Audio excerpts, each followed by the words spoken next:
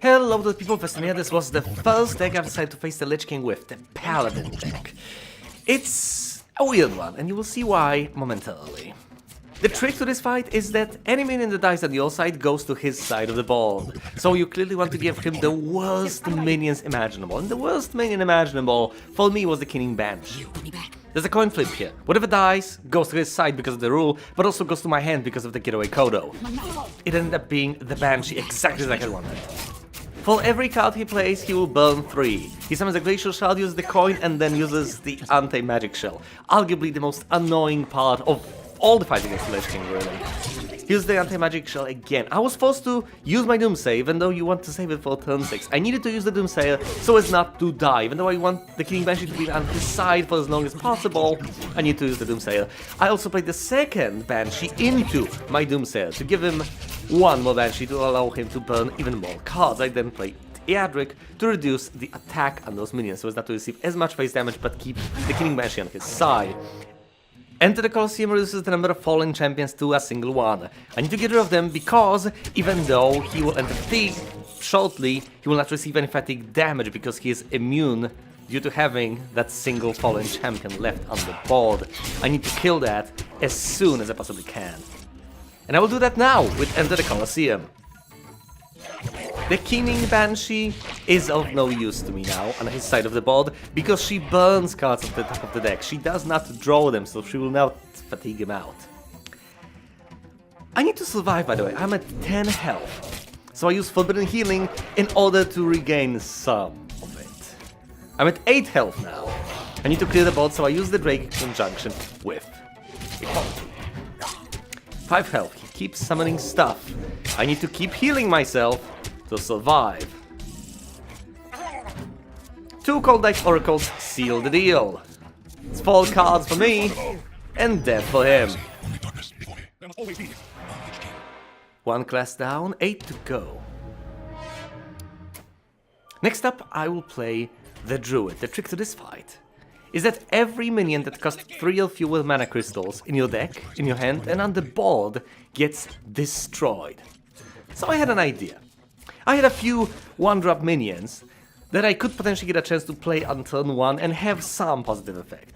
Like the Runic Egg, to draw a single card, stuff like that. Because I had the chance of playing at most a single 1-cost minion on that turn 1.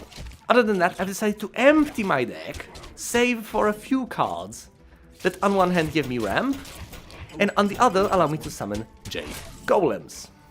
I've also included Spreading Madness because it was too good to pass up. I needed to stall for time, and Spreading Madness allowed me to do exactly that. And here, of course, I need to remember not to deal fatigue damage to myself, so when I only have a single card left, I need to make sure to actually shuffle cards in instead of summoning golems. I have no idea why the Lich King allowed me to keep the gadgets alive, but I'm not gonna complain. Here comes turn 7 and out come Fallen Champions. However, I absolutely can and will deal with the situation. I'll just crush them with my golems. And we'll use hero power to get rid of the single one left. Shuffle more cards, get rid of all the remaining champions, resummoning the board, which is somewhat threatening. But then I can also armor up a single point and summon so many enormous golems. Devour Mind gives me a Sludge Belcher, among other things. I have ways to solve. I even have a Blizzard. At this point, victory has already been assured. My Ixna may seem threatening, but the fact that I can summon a 13-13 and a 14-14 Golem and freeze my Ixna with a Blizzard means that I will be winning next turn. Even the Chang Gang won't stop me. Of course, for completeness sake, I also shuffle the Jade Isles into my deck. 2 classes down, 7 to go. Next up is the Rogue Cthulhu deck. Now, I know that you're probably thinking, a Cthulhu deck in this day and age, but yes, that's precisely what I've used, because on turn 1 the Lich King destroys all the spells I have in my deck. I needed something filled with minions, and I needed something dealing a lot of damage, so Cthulhu naturally came to mind as a solution. I had a few intuitive trades early on. Kill a 1 health minion with the dagger, kill a 3 health minion with the dagger and the Disciple of Cthulhu. Now I had some doubts here. Do I use the second Disciple of Cthulhu and the one I already have on the board to kill a 3-fall guy and save the snake? Or do I summon the Beacon of Evil and the Stubborn Gastropod, using the snake to get rid of that minion? I've ultimately decided to bring more minions onto the board rather than trading with the one I had and summoning with the one with a battle cry. I've played on curve essentially. Easy and beautiful kill on my Ixna using the Divine Shield and Cthulhu's Chosen, which becomes an 8-6, cannot be killed with Frostmourne. Now it's Cthulhu's Chosen to kill one of the fallen champions, Bone Mill and Dagger to kill another one. Ragnaros went face, though by not killing any of the fallen champions through that, the fallen champions crashed into him, eliminating themselves essentially. That was somewhat unfortunate, but ultimately, eventually I've cleared up the board, without the use of a Doomsail or any other form of AoE, just through pure resilience and minion damage. Now I'm in a great spot. Bran Bronzemid is on the board. I can either use the Blade of Cthulhu in order to buff Cthulhu tremendously, or I can use Cthulhu himself in order to fire off twice. I decide to go for the Blade of Cthulhu first. Now, of course, there is a risk. There's a chance that the Lich King will kill Bran, but he doesn't do that, so I can play Cthulhu and strike with him twice, because Bran is still present on the board. That kills the Lich King. 3 down, 6 to go. My 4th attempt at being the Lich King was with a Hunter deck. I'm not particularly proud of this one, and you will see why momentarily. I keep the Doomsail because I need him for turn 6, as you have probably figured out by now. On turn 1, the Lich King deals 2 points of damage to me for every minion I have in my deck. Thankfully, snipes down a 3-fall guy. Cold Wraith. I play Explosive Trap here without much thought. He plays the Grim Necromancer. The Snipe deals with the Grim Necromancer, the Explosive Trap deals with everyone else. Now, I need additional cards from Sarad. That's the whole point of what I am doing here. I obviously couldn't have planned for Desperate Stand to get into my hand, but I appreciated it nonetheless. The general idea is Sarad will come back to life after the board gets cleared, after the entire thing with the fallen champions blows over. Before I end the turn, I get one more card, Call of the Wild, an excellent addition to my arsenal. The predictable happens, Frostmourne gets thrown, and Sarad gets killed, resummoned and killed again by my own Doomsail. But that's all in the past. I deal with what I have on the board, I play Freezing Trap, which deals with a buff to my Ixna, excellent, the Illuminator heals me as long as I have a secret in play. I don't have a secret now because I had to use Call of the Wild, but I made a decent trade. Unfortunately, the Black Knight kills my taunt, kills Misha. Now you might be wondering, gee Vestin, what do you plan to do this turn? Same thing I do every turn, try to survive and draw Yogg. The anti-magic shell absolutely ruins me. Thankfully the Cold Wraith gets bounced back to hand. However, any damage that goes to my face right now threatens lethal. Thankfully the Dart Trap kills one of the Chain Gang guys, the other one gets misdirected into the Bone Mill, thereby clearing off as much as possibly could have been cleared, and now Yogg is doing his thing. I won't even bother trying to get through what Yogg has done. Suffice it to say, I have quite a few secrets. There's the Cursed card from the Curse of Rafam in the Lich King's hand, and by playing 2 Animal Companions and not getting to Mishas, I am able to kill the Lich King. It's not impossible, Lich King, it's just highly improbable. 4 classes down, 5 left to go. Next up will be my Warrior deck, a bolster-based Warrior, since this is wild we are dealing with. It's also a Quest Warrior. If I'm going to summon taunts anyway, might as well do it with the Quest. The Lich King, of course, gets 100 more armor, so it was somewhat of a necessity for me to play the sort of deck that gets more and more powerful as time goes on, rather than any sort of rush deck. The Grimy Gadgeteer is my favorite card in this, absolutely and without a doubt, because the Grimy Gadgeteer can keep buffing my stuff constantly, as long as I can keep him alive on the back lines behind all the taunts I have in this taunt-based deck. He will keep giving +2/+2 to a random minion in my hand every turn. This is significantly different from the Paladin buffs, which buff your entire hand, in that the Grimy Gadgeteer only needs a single target. You only need to have a single minion in your hand, and you'll benefit from the Grimy Gadgeteer. He will still buff things. The Saronite Chain Gang is one of the best buff targets, but I've decided to summon them early because I need many minions in order to protect myself from all of those fallen champions. I don't want my Grimy Gadgeteer to die. I will try to keep him alive for as long as I possibly can. That's why I summoned that Mammoth. Had a lot of health, and I figured it would protect my Grimy Gadgeteer for long enough. Having completed the quest, I reach for Sulfuras and use my hero power. Thankfully, the weapon alongside the Grimy Gadgeteer's attack were able to dispatch the Valkyr Shadow Guard, thereby allowing my Grimy Gadgeteer to yet live. Best of all, I have the Drakari Enchanter, which means that my Grimy Gadgeteer will keep buffing units twice at the end of every turn, and my Lich King, which is 2020 now by the way, will give me 2 cards. I desperately need to make them immune to magic. Otherwise, they might get killed by, say, Obliterate, which wouldn't necessarily set me back as much, because at this point I have ways of dealing with any sort of threat, but making them immune to magic allows me to extend my lead indefinitely. Having the Lich King above 20 both in attack and health is pretty damn nice, to put it mildly. Now, of course, the Black Knight will ruin my day by killing him, but so far I have already gotten enough cards to close this off. If I ever need health, there's always Deathcore I can use on myself, and considering the fact that he has already used both of his blizzards, there isn't really much he can do to stall.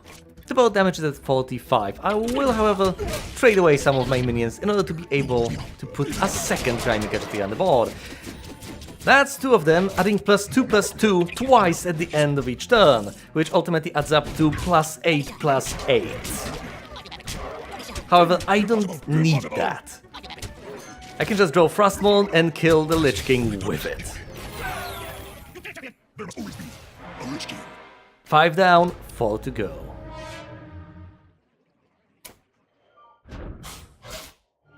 Next up is the Warlock deck. Is it truly righteousness that drives you? I wonder. Let me go out on a limb here and say that Gul'dan is probably not driven by righteousness. Feel free to prove me wrong, though. The secret to this fight is that the Lich King will deal 2 points of damage to you for every duplicate you have, and thus you are quite strongly encouraged to play a Highlander deck. You'd expect Reno, and he is in my hand, and considering that I'm playing a class that's member of the Cabal, you'd also expect Kazakus, who's not there because I don't have him. You'd probably also expect me not to be dumb enough to burn my own cards, and thus, with a minion that gives you cards on the board, to play something that does not give me cards before putting me over the limit. But I was not smart enough. The time has come to play Reno. Now thankfully I have more ways of preserving my health. Thankfully I also had more ways of dealing with the board of Fallen Champions, rather than just playing Doomsayer on turn 6. Twisting Nether is a magnificent option, however there's only one. I did not get lucky as far as Implosion was concerned, I only got 2 imps out of the entire deal. I did, however, get lucky with that unfortunate Stonehill Defender draw. Getting the Anoatron was an absolute blessing because of Kel'Thuzad. Because of the Divine Shield, the Anoatron requires 2 minions to attack it in order to die, which severely limits the options the Lich King has. Because of Kel'Thuzad, the Anoatron will keep coming back as long as Kel'Thuzad doesn't die, which he probably won't anytime soon. I can kill the Anoatron again. In fact, I'm strongly encouraged to, because if I do so, it'll come back. If I don't, it'll just be low on health, and will come back at the end of next turn if Kel'Thuzad survives. Since that imp was going to die anyway, I figured I might as well eat him up. He was going to respawn anyway, but I was able to feed my Pterodax at the same time, give it more attack, and make it untargetable by spells. Now, of course, you can clearly see a flaw in this plan, that Pterodax will keep respawning without the buff. So it's possibly not the best of fits, as far as this deck is concerned, but that doesn't matter. In the grand scheme of things, as long as I have the Anoatron, I am protected as far as the minions back on the board are concerned. Here comes part 2 of my plan. Jaraxxus, the Eredar Lord of the Burning Legion. Playing Jaraxxus has allowed me to restore a decent bit of health, has given me a weapon capable of dealing 3 points of damage each turn, and a powerful hero power that allows me to spawn enormous infernals. However, without Mal'Ganis that would have been all for naught, as I was about to die in short order, because of all the damage piling up from Remorseless Winter. With Mal'Ganis on the board, however, even low on health, I am immune to any and all damage. An astute viewer will observe that Obliterate constituted a mortal threat to my further existence. However, thankfully the Lich King did not have Obliterate in time, and thus I was able to finish him off. The Lich King. 6 down, 3 to go. The time has come for my priest attempt. The secret to this fight is that Anduin is an annoying little runt that the Lich King just doesn't want to have to deal with. You get silenced, which limits your ability to emote in a coherent way. But enough of that. I'm playing a Boya deck, which, if you're not up to date with the current meta in Luneville, is a very peculiar deck that I've gotten into the habit of trying unsuccessfully to make work. It involves having Barnes, Madame Goya, and the sort of cards that work with both Barnes and Madame Goya. If it works magnificently. Look at here, I got Sylvanas of a Barnes and I got Isera of a Madame Goya. Seems great, doesn't it? Madame Goya dies, but ultimately I get to keep Isera. I get rid of all of the tiny little fallen champions using a spell specifically put into this deck for Shadow World Horror. Isera is frozen, low on health, and yet she's still alive. I get to play Hogger alongside Laughing Sister, but take into account that I did not pay for Isera at the proper cost. I did not play her, I just have gotten her. All for Madame Goya. Not an additional copy, mind you, just regular one drawn off of my deck. But still, it only cost me putting Barnes back into it. I think that was a pretty good trade. Unfortunately, Hogger is no longer with us, but I get the opportunity to play Isharj, who pulled out Gruul. Unfortunately, Isharj got obliterated and showed all that the enemy minions had anti-magic shell on them, which forced me to use both of my excavated evils just to keep myself alive, severely damaging Gruul. Instead of a full clear, I've decided to heal myself, play the Arcane Giant and the Despicable Dreadlord, and go to face with Gruul. Impossible! It ended up paying off. I've won with the priest. 7 down, 2 to go. Time for the mage attempt. I've built my entire deck and my entire strategy around this opening. And have mulliganed over and over and over until I got it. And still have managed to fail multiple times even with it. Because you need all the things to fall into place. You need to have a single Cabal Lackey at the start, alongside a single counterspell. You need all of that in your opening hand on turn 1. You also need to have the Doomsayer by turn 6, which at this point becomes weird. Suddenly, at turn 6 or not, the Lich King has kinda gotten rid of his mana. Plus the Jouster had a decent chance of winning the joust, and I decided to put him up against all of that mana, all of those frozen assets. I've debated attacking the Water Elemental, but ultimately, after a long while, decided against it.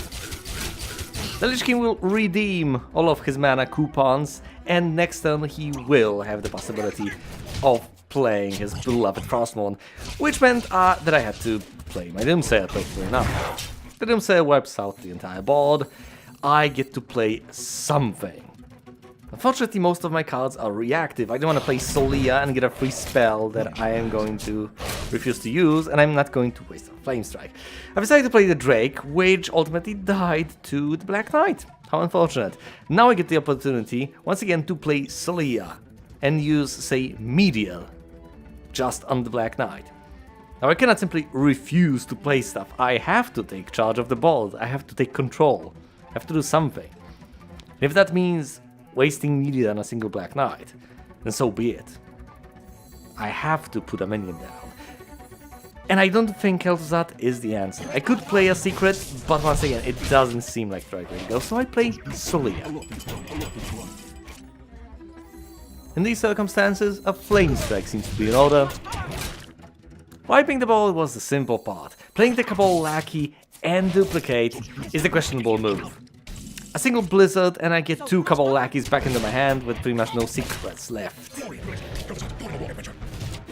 Predictably enough, the reason for having Duplicate in this deck at all was to get a second Kel'Thuzad or perhaps a second Antonidas, to have something to fall back on in case they die. Also, another rant thrown into my gears, I could play Antonidas, but I don't have a spell that I can play.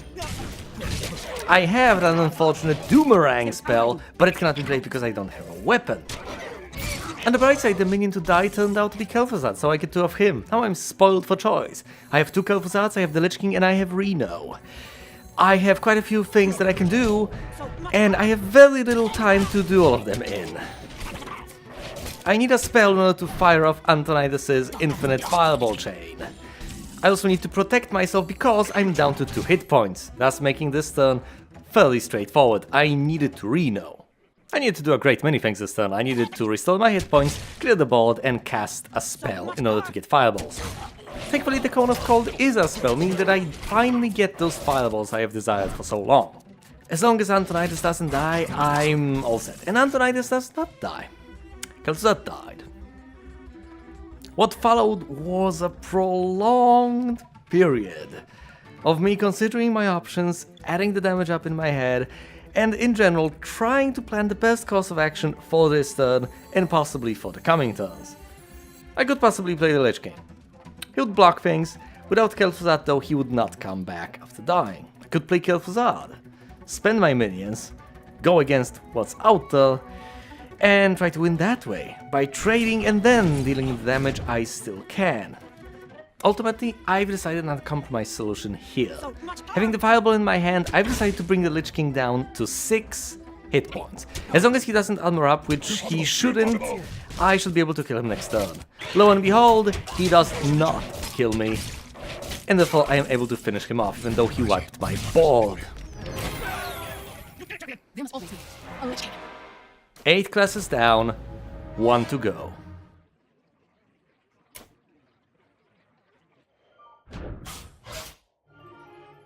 Final attempt. Shaman attempt. The secret of this fight is that all of your minions in your hand and deck get reduced to 1/1s. So what do? You play stuff with interesting death rattles, like the Nerubian Egg, and you play stuff that you can evolve. Evolving on a shaman, quite intuitive, I think. I played the Nerubian Egg on turn 2, I'll use all those cards. and bam, out comes a Nerubian. It is dead now, but it has managed to soak quite a bit of damage. I can use Maelstrom Portal now, crack the egg open, and out comes a 5/5. With spell power now. Here's an interesting choice that I have made. I've decided that sacrificing the life of my Murloc and the attacks of 3 of my creatures just to kill both of the enemy minions was not worth it. So I've decided to risk the life of my 5/5, and I have been rewarded.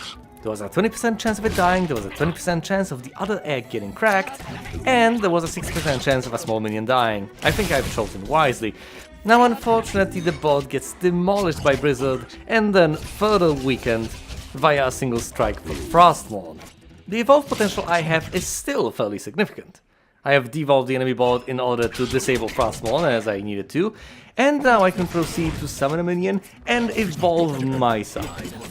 In hindsight, I probably should have taken that single kill opportunity before evolving my minions. Also, I got extremely lucky. Hogger, Doom of Elwyn, has gotten me tremendous value, as every attack he soaked up allowed me to summon another Null, thereby putting more taunts in the way of the opposing minions. Also, the Dirty Rat is a 2-drop, probably the best thing I could have gotten. Over here, I'm being fancy because I want to summon the Wicked Skeleton. And I needed to crack that 1/1 guy in order to get the 5/5 anyway, so might as well take my time, kill as many minions as I can, and get a 9/9 on the board. More resilient than other things. The Black Knight killed a 2/2 Null, and I unleash lethal damage upon the Lich King with the final class, thereby sealing the deal, completing the challenge with all 9 classes. And getting Prince Arthur's for my trouble. Thanks for watching, and you will see me elsewhere.